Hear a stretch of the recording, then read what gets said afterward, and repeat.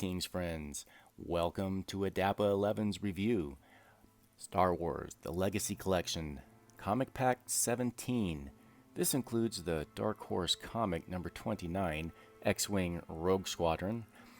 This is a limited edition Entertainment Earth exclusive. My last review, I did Baron Suntar Fell, and I was a little hasty in my review and neglected to literally review his helmet. So let's take a look at that, and then we'll continue on to Ysanne Isard. So again, I apologize for missing out on reviewing his helmet. Pretty nice artwork. I like the detail. And he has your standard Imperial Blaster. Goodbye, Baron. You had your time in the darkness. Move over. Let's take a look at this very ambitious Imperial Officer. Now, I don't know too much about this one. I have not read the comic. But I am excited to open this up because I will read the comic and I would like to get a little more familiar with the expanded universe. Since this academic semester is going to be significantly reduced, I think I'll have a little bit more time to read and get to familiarize myself with the expanded universe. So here we have Ysanne Isard. And on the back, gives us a little subplot of what to expect. Suntar Fell and Ysanne Isard are one-time allies who find themselves on opposite sides after the fall of the Empire. Fell, a starfighter pilot, and an Imperial hero who defects to the New Republic.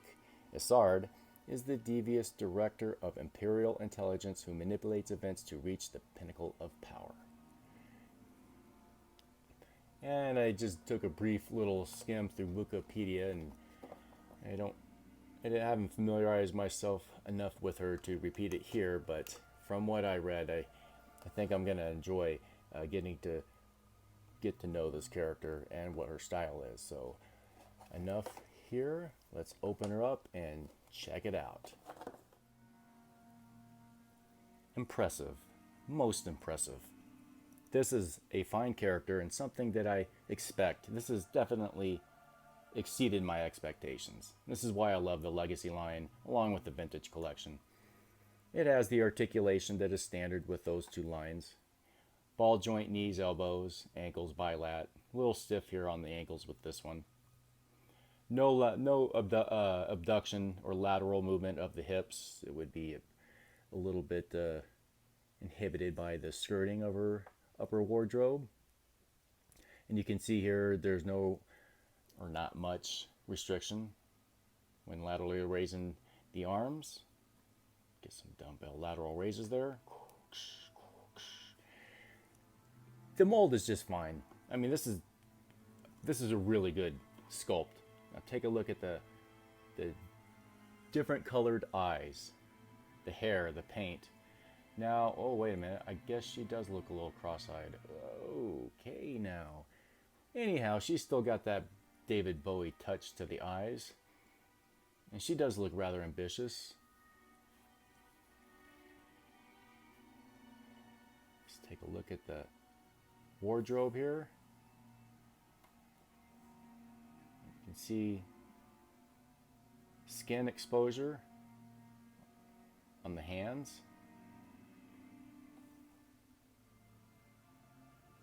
This is a tight officer. She's just exceeded my expectations. I can add this with my fleet of officers and whatnot, which I do like to have. And I'm certainly looking forward to reading the comic book. She does have your standard Imperial Blaster. I'll go ahead and put that in here.